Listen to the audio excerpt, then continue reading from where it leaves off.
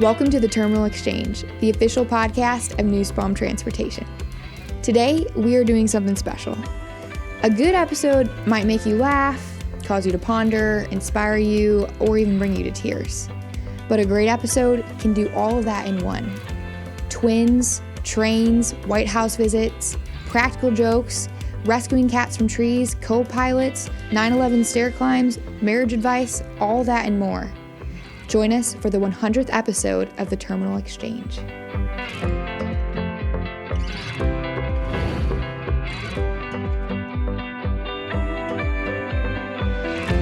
So does that mean on your 34-hour resets or your breaks that you go out and you explore, or? No, I don't.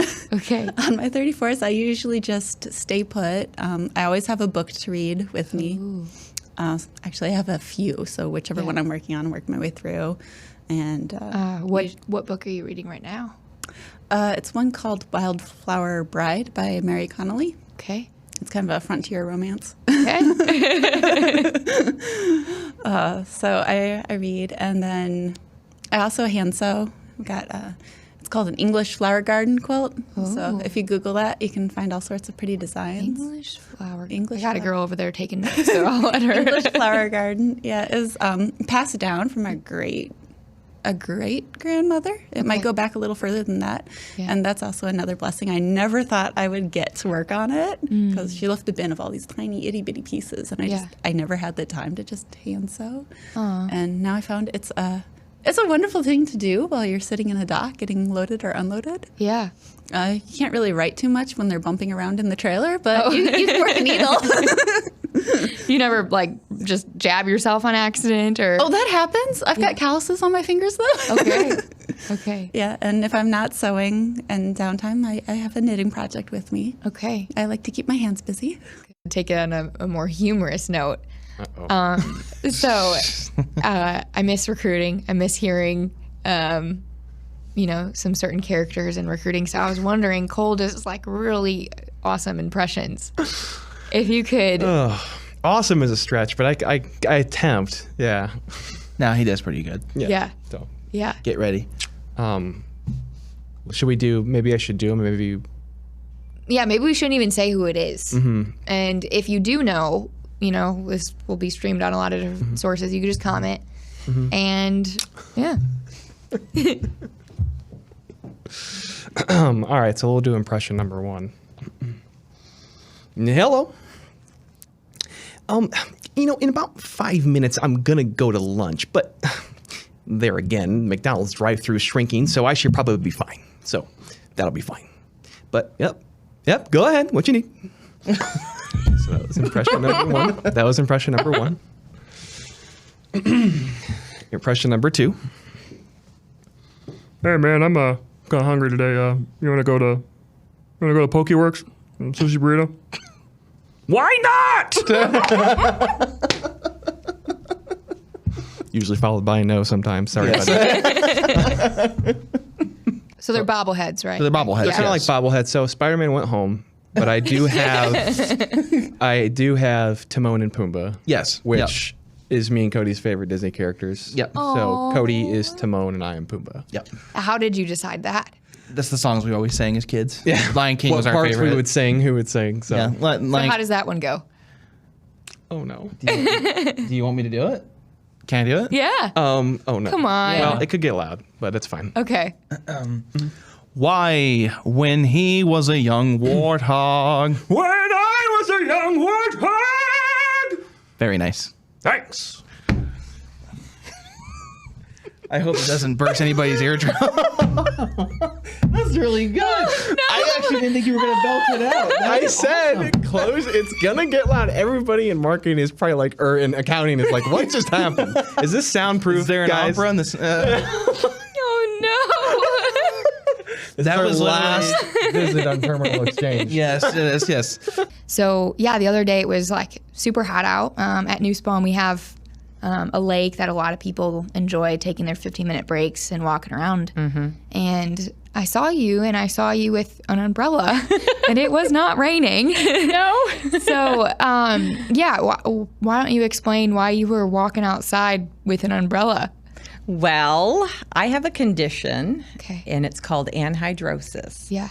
And what that is my body has absolutely no way of cooling itself off. I do have sweat glands, but for some reason they don't work anymore. Okay. This all started in my late teens, I think my first year of college. Yeah.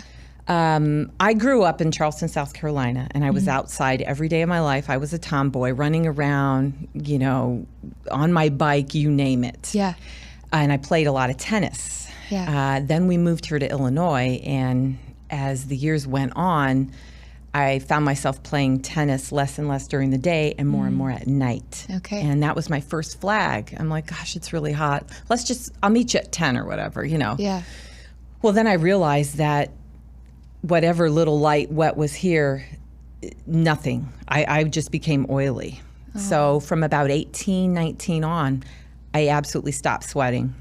And I have gone to Mayo Clinic some years back, and they always said if we could find the source of it, we might be able to help you, but they could never find the source of it. Yeah. So I have to be careful. I actually wear this bracelet my sister bought for me, and it's a medical bracelet, and inside is engraved my name, my emergency contact, and my condition. Because if I'm ever in an accident, I'm laying out in the hot sun, that could be worse for me because I could have a heat stroke. Yeah. I could go in, into heat shock or something. Yeah. So I have to be really careful. And people are like, oh, that's so great. You don't have to sweat. La, la, la. No, it is not because there's a danger. Some of the drivers on the road who are about my age will probably remember some of these characters, but my sister and I used to love pro wrestling. Okay. We loved it. So we would make these characters come to life when we were little and like role play with them and give them lives and then draw pictures of them, make photo albums. Okay. Yeah, I know.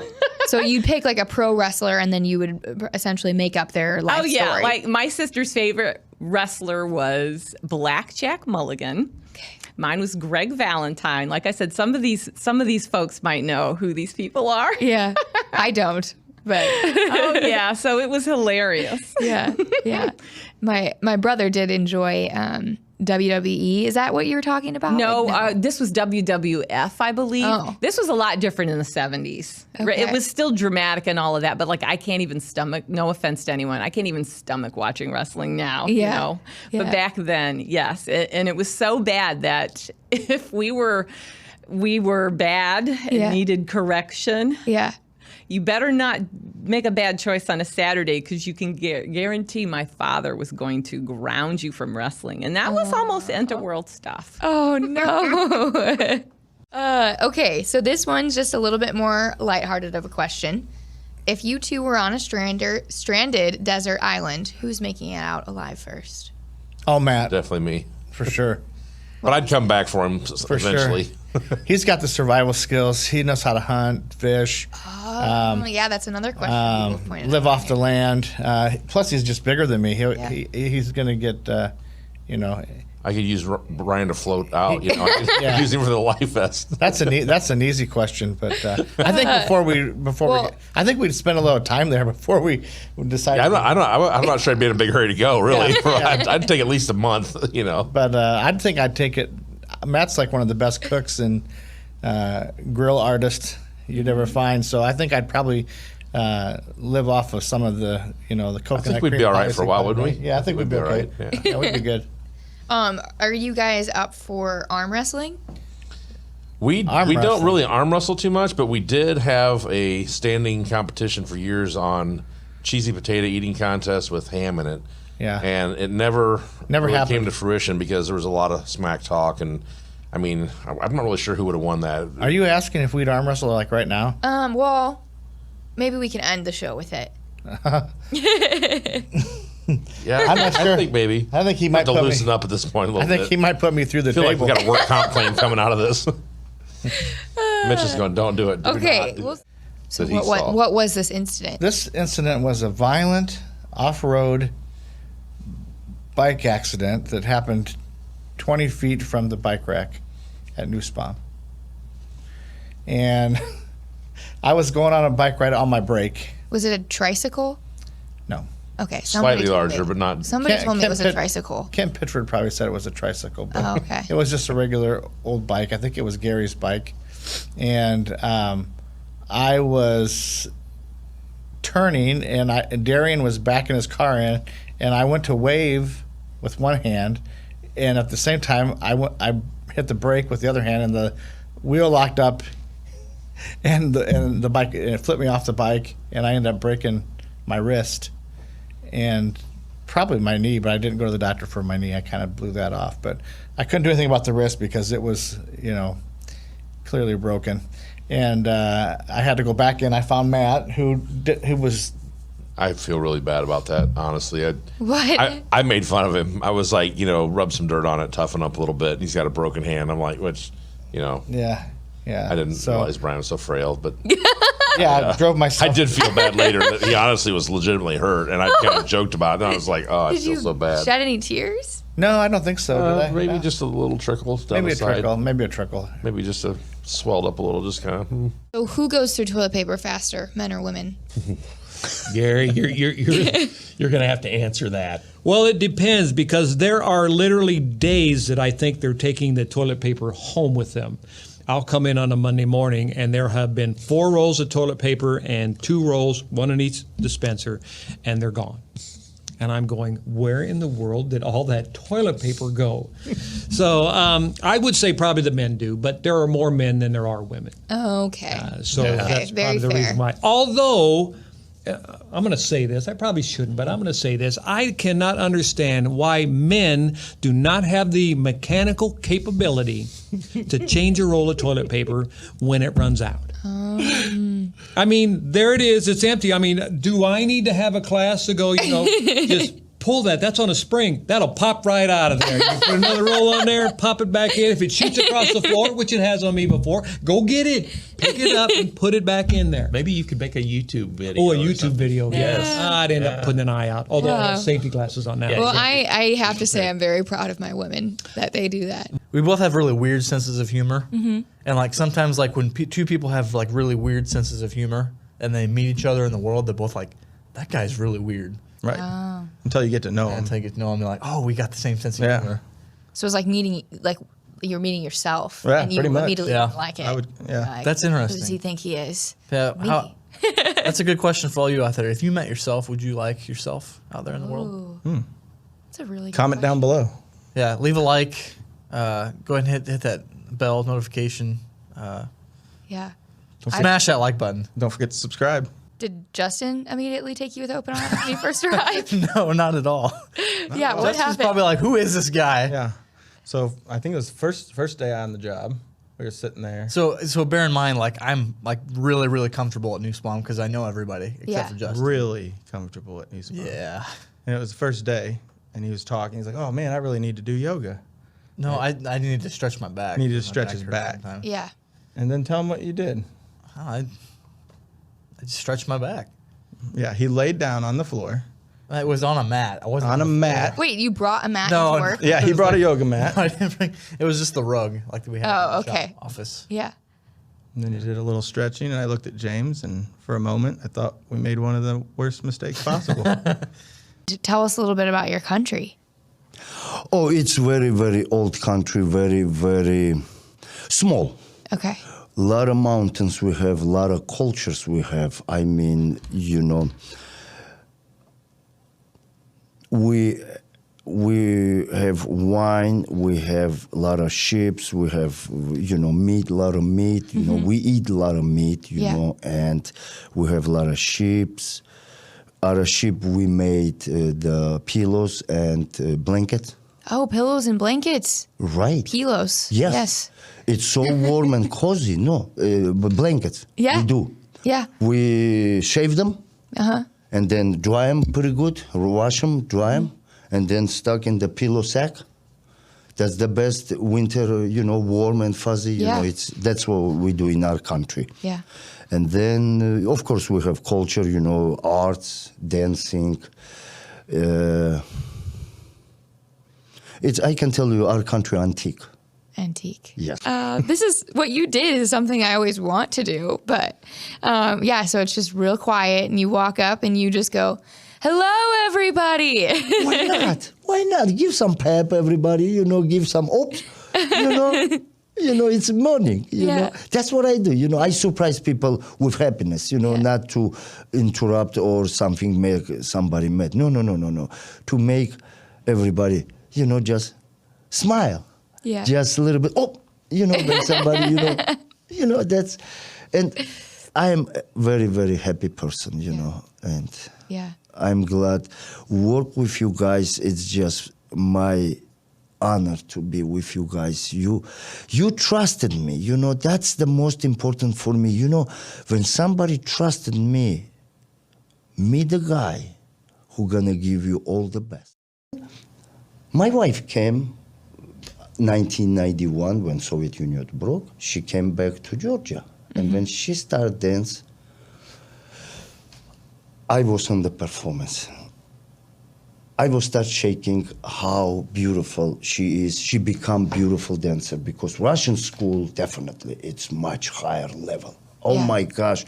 If you go through Russian school, they give you much bigger training and you become much, much stronger. And she become so strong and so beautiful. She danced Swan Lake. And I had tears in my eye because of beautiness I saw. I never saw this beautiness dance like she danced. And funny part, I thought to myself that day, she was much higher level than me that time. Yeah. I went to my artistic director and I asked, can I dance with her? And he says, George, not yet. Oh. She's much higher level. You are a little bit lower. You need to work a little bit more. Sage, I gave myself word and I promised myself, I'm gonna dance with this lady. Oh. I'd like you to describe your job right now without using words. Without using words? Yes. You use your hands all day, right? Hand signals? No, not just them. Like, what do you do? Like, if it was me, I would be like, phone call. Wrench it. Or struggling on something when it's really tight, just... Does that happen a lot? Oh yeah, yeah. Okay. Yeah. So it was back when the Dalton and us were bringing that truck in that night. It was very cold out, and it was probably 7:30, and we hadn't ate supper yet. Mm-hmm. And Jake asked me, he goes, you want to run down to McDonald's, get something to eat? I'm like, yeah, let's go get something to eat. So he fires this little red car up and pulls it up to the shop to pick me up. And I'm a lot older than Jake is, and I'm a little bit smarter than Jake is. And we get in the car, and it's very cold outside, and we get going down the road, and I just happen to look over at his fuel gauge, and it's like past E. Oh, no. And our friendship was almost over right there. I was like, Jake, if I was your dad, and I got in your car, and that fuel gauge, I was like, we're not going to make it to McDonald's. Did you make it? Oh, we did. We pulled up to the pump, and it was still running. I couldn't believe it. I'm like, oh, boy. Dale is easily, or people like to scare Dale. And so we actually have this video compiled of multiple instances where Dale is being scared. And so we tried to figure out a way to scare him on camera. You guys, I should have known better. All right. So if you would take a look, we have this video right over here to kind of show a little compilation of Dale. Oh, thank you, Rick. I appreciate that. Let's go.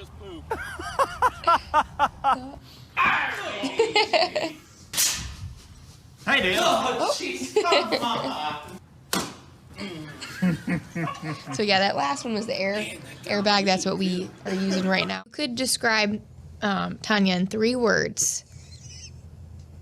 Be careful. She's sitting too close. She's sitting too close.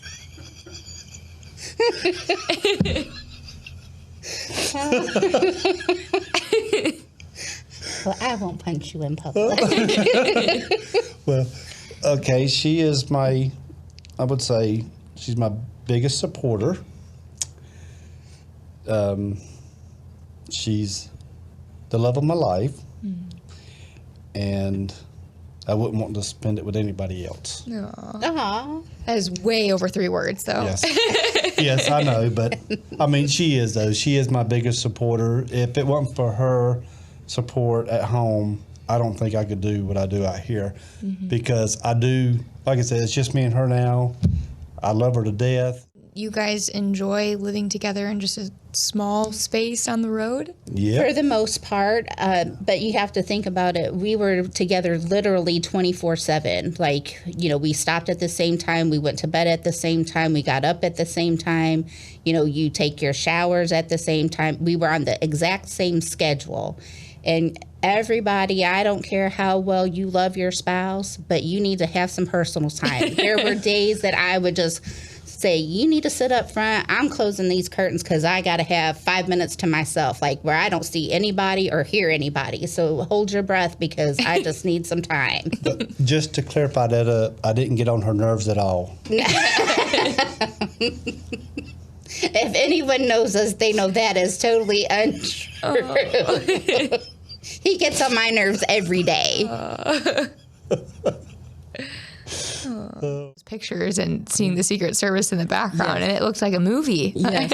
And it was really nervous because when I was driving, my curtains was closed because there was actually a Secret Service sitting on my bed. And they was like, well, we need you to close the curtains because it'd be odd for a man just to be sitting on your bed not saying anything. Oh, no. So that's why the curtains are closed, is because someone is actually sitting back there. Other than like sitting at the press conference, did you have opportunity to like maybe have dinner or something with Pete? Or? Well, what they did, they brought us to the White House at 10:50 in the morning. Actually, we got there a little early, but it was supposed to be 10:50. They gave us a tour. We saw the entire White House. My granddaughter was able to sit in the chair that the president does if he goes to the White House doctor's office. So she sat there. We have pictures of her there. She sat at Vice President Harris's desk, and we took pictures throughout there. We went to the war room. So, and then we had lunch. What's the war room? That's where they do the strategies about anything that's going on. Like when President Obama was sitting in the war room, when Osama bin Laden we went to that room. Wow. And so we was able to take pictures. And I have a picture of my granddaughter peeping around the door before we went in. So, yeah, so we saw the whole White House. We saw the motorcades, the Secret Service vehicles. Did you get to like shake hands with anyone in the Secret Service, or they don't? Everyone, yeah, oh yeah. Well, for her, they were shaking her hand and trying to make her warm. But yeah, she kept saying, "I know why they call them Secret Service." I said, "Why?" She said, "Because you don't know who's who." So came up with the bright idea to do a Memorial Stair Climb. Okay. And it's 2,200 stairs, 110 flights. So, and you go to Lucas Oil Stadium over in Indianapolis. They actually have them all over. This is just where ours was. Sure. And you climb the 2,200 stairs and the 110 flights that the firefighters on 9/11 climbed before the buildings collapsed. So you sign up. Wow. Everybody gets a name tag of a firefighter that passed away that day. And you climb for that firefighter, and that's what I did. Have you ever rescued a cat from a tree?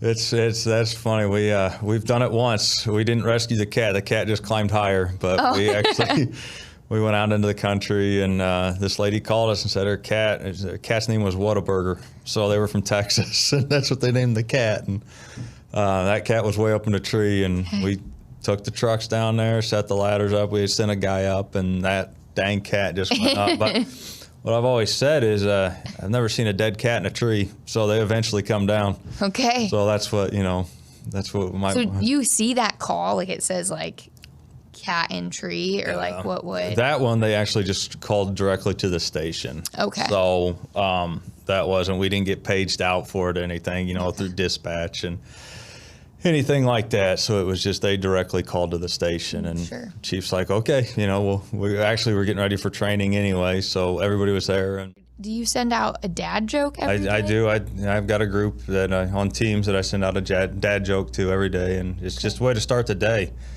What was today's? What has ears but can't hear? Corn? A cornfield. Ah. So, and then we had some people say corn, and I'm like, no, it's ears. So I said, you got to be specific on this one. Okay. But it's my way to start, with the group, to start your day every day, with just a laugh. And it may not even be the funniest thing. It may be something to groan at, but it's still something to, you groan at it, it puts a smile on somebody's face. So that's me, and that's what I enjoy is being able to do that. Okay. What I would normally do. So as a meal before I went to bed, I used to get these tuna fish sandwiches that was cut in half, little packages, processed foods, and a bag of potato chips. So I would get 2 of those sandwiches, a bag of potato chips, a pack of Little Debbie chocolate donuts, and that would be my meal. And so, donuts. They're donuts.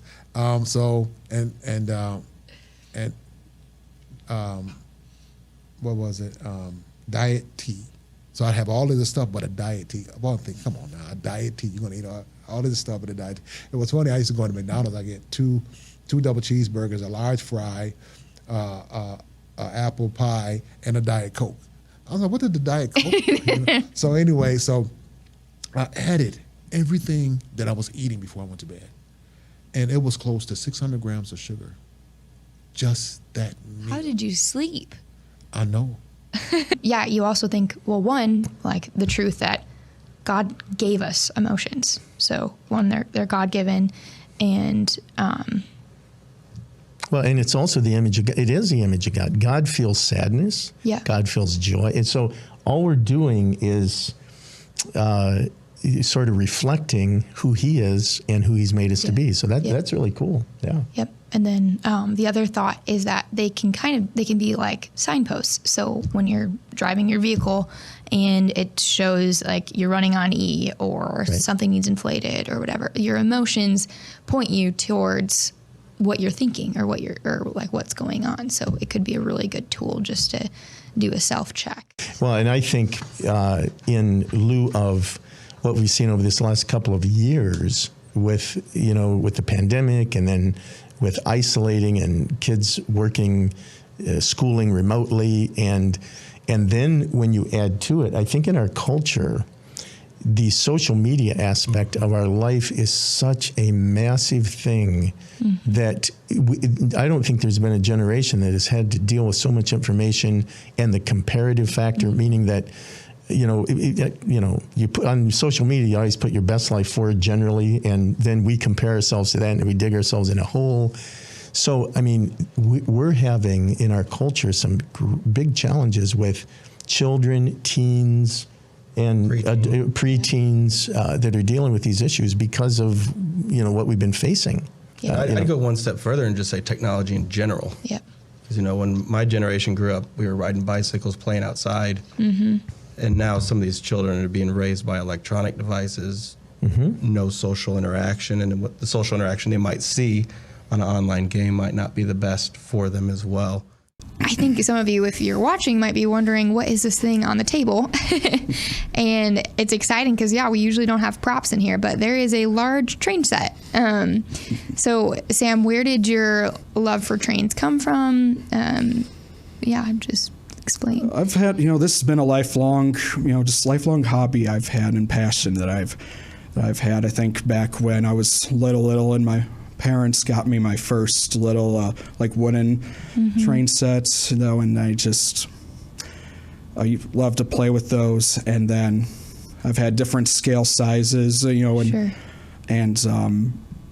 I just every now and then when I could in the basement at home set up like a little oval layout, have fun with it down there.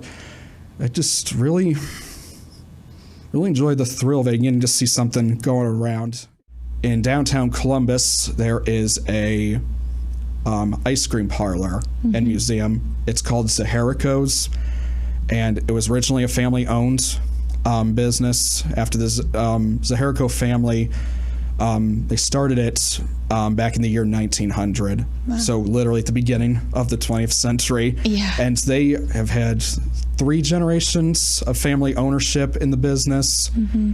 And it was about 2006 when one of the original founders passed away. That led to the family closing it down, and that was when my uncle Tony had stepped up, and he invested his own savings to not only to purchase the business from the family, but to also restore it and maintain it. And he spent 2 years after he bought it. He spent 2 years to restore it and preserve it, and then expand. So you got a unique video coming from the shop today. James Greer, the Director of Fleet Service, and I've got Tony Morthland with me today. He's the Equipment and Facilities Director here at Nussbaum. And we wanted to go over some of the history of Nussbaum and why we make the decisions that we make when it comes to equipment and how we handle the maintenance on our equipment. So Tony, if we could just dive right in, and if you could kind of give us an overview of Nussbaum and their history with Freightliner. So Nussbaum, and I'll go kind of back before I even started. So I started in January of 2011, but before that, I worked for a dealership, and we actually did contract maintenance with all of Nussbaum's equipment. So back when they come out of the LTL business and went into truckload business, Nussbaum started out a lot of used equipment, few new. A lot of it was Volvo. There was some Kenworth product in the fleet, and I kept buying that. And along in the 2010 range, they decided to reach out to Freightliner because they were looking at being more efficient. I got a top 5. And I did struggle with this because I didn't want to get too many in one category. Sure. I do find myself eating mostly like steak, seafood, or Italian. So I tried to pick from there. Okay. So, and I did put them in order from 1 to 5. That doesn't mean that number 5 is not as good as number 1. Sure. But I just have ones where it's kind of like, this is the one that I really. So my number 1 pick has to be Shanahan Steakhouse in Denver. Okay. That's in the Tech Center district. Number 2 would be Jack Stack Barbecue, Freight House. That's the original location, downtown Kansas City. Okay. If you've never had Kansas City barbecue, you have to. I know I'm going to start a fight with some of my friends on this, but I will put Jack Stack's barbecue up against any Texas barbecue, Memphis barbecue, Carolina, Georgia. Number 3 would be AJ's Steakhouse in Altoona, Iowa. It's right outside Des Moines. Okay. It's at Prairie Meadows Casino. And I would say for an upscale place, it's quite affordable. Okay. I mean, you're still going to pay close to, with the tip, close to 100. But I can say Shanahan's. An appetizer, an entree. And if you want to get dessert, drinks, or anything like that, you know. Number 4, I will say Biaggi's. Okay. Yeah. All right. So yeah, Biaggi's here in Bloomington. For anyone visiting here at the terminal in Bloomington. Yep. That's your place. Yep. And right next door is Ancho and Agave, which is good too. Yeah. You know, and they're owned by the same company. Okay. Yeah. Number 5. Well, I struggled with this one, so I'm actually going to do a tie. Number 5 is a tie between Gibson's Steakhouse up here in Oak Brook. Okay.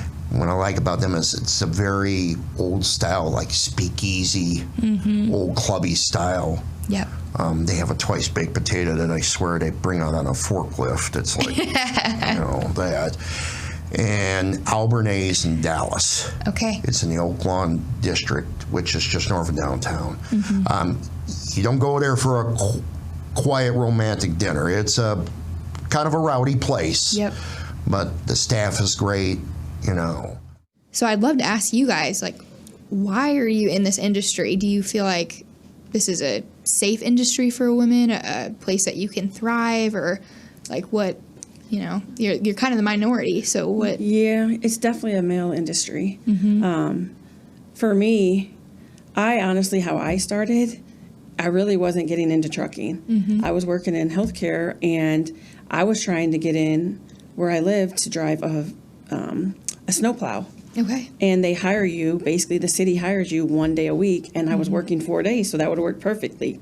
So I went and got my CDL for that, and it just didn't work out. And then I went to ICC for school, and they always said, don't let your CDL sit too long, it doesn't look good. And so I kind of just put it out there, and then it just kind of happened. Okay. And then, yeah, when I came here for my interview, talking to Tian, I felt like I was talking to my mom. And I told her that. And, so sweet. And then just the building and the atmosphere, I didn't know anything about the trucking. So, but when I left, literally they called me on my way home and offered me the job. And it was like a no-brainer for me. I was like, so it happened. And literally, like, everybody knows I love my job. People that know me, they're like, you just love your job. And I'm like, I definitely do. Well, yeah, Brenda, I'd love to hear your story too. My story is very different than Julie's. So I guess when I was a young teenager, I don't know, you guys probably don't even know, I'm too old, but BJ and the Bear used to be like a show. And I always thought, oh, how cool would that be to be a truck driver, you know?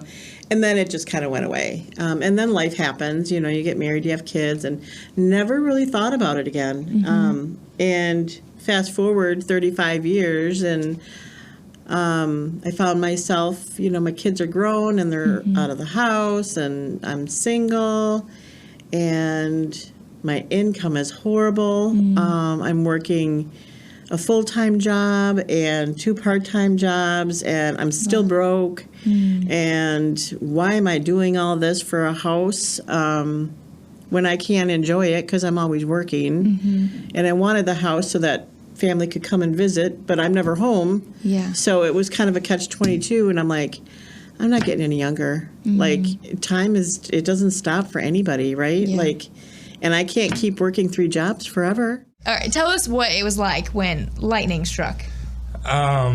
Basically, I was driving along down the interstate in Wisconsin, and all of a sudden, literally, the lightning, I would guess it hit the solar panel and came down the windshield and went across the hood and into the smart drive radar on the front bumper. It was so bright. It was like a good 4 seconds before I could see anything. It literally blinded me. Wow. Yeah. And you don't feel like you have any sort of like power from that. Unfortunately, no. No, that's incredible. Were you like by any other vehicles that you were scared like you could have hit something? Because it was raining so hard, I was trying to stay away from other vehicles because the visibility was already pretty poor. Sure. Yeah. Wow. But I remember calling into the office, they're like, you're kidding. I'm like, no, I am not kidding. And I'm like, every light on the dash came on. It hit the computer. And basically, it took the part smart out, the cruise control. I think it even took the radio out. So what are the animals? Oh, shoot. Rabbits and have? 4 dogs. How many rabbits do we have? 30 now? 30? Okay, so yeah. Why? Like, what do you do with the rabbits? We sell them. Sell them, and then we raise them to eat, too. Okay. And are you selling them as, like, pets, or are you selling them as meat? Both. But whatever they want. Yeah. You don't feel a little, like, oh, you can either have it as a pet, or you can eat it, kind of, like, a little guilty No, at I all? grew up raising rabbits. So. I'm more fond to him than he is.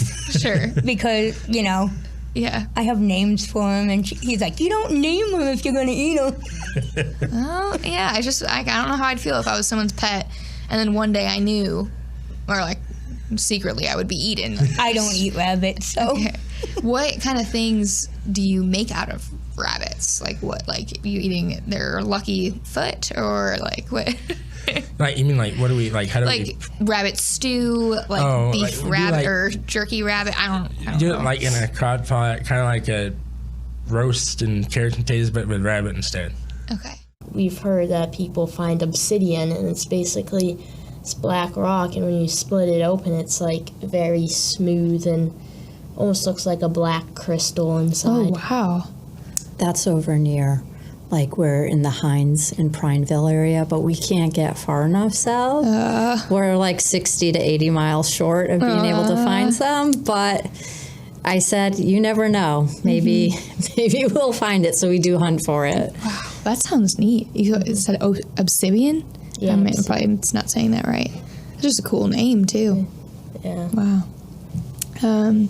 So tell me about how you stay in contact with friends, and what do your friends think about your travels? So I mostly have a friend, his name is Channing, and I have his mom's phone number on my phone so I can call him whatever, and he finds it really cool. He's usually like, oh, where are you? And so, oh, I'm in Wyoming, and he says, oh, what does it look like out there? And I'll explain what it looks like, and he just thinks it's very cool because he's all the way up in New Hampshire, and he's been there his whole life. Aww. So he doesn't know what out west looks like. Yeah. That is incredible. I mean, just to be able to travel and see all these states, a little envious. Well, another rumor I heard was that you do marathons. So I haven't done any in about a year and a half. I was going to do another one this September, but training is just, when you have two, it gets a lot harder to find the time. So I've done, I think, 5 halves and 1 full. Wow. So, but that's over like 8 years or so. Yeah. Wow. So has your husband gone with you, or? He's not ran. He will do like short runs every once in a while with me, but he is an electrician now, so he does a lot of stuff outside, a lot of labor. So by the time he's done, he's like, yeah, I'm not really, like, he'll run and play with the kids or go on a bike ride with the kids, but yeah, he's not really into running, which is okay. Yeah. He's got so many other amazing qualities. He doesn't have to be my running buddy. Yeah, where was the marathon that you did? So I did, the full marathon I did was actually Champaign. Okay. Yeah.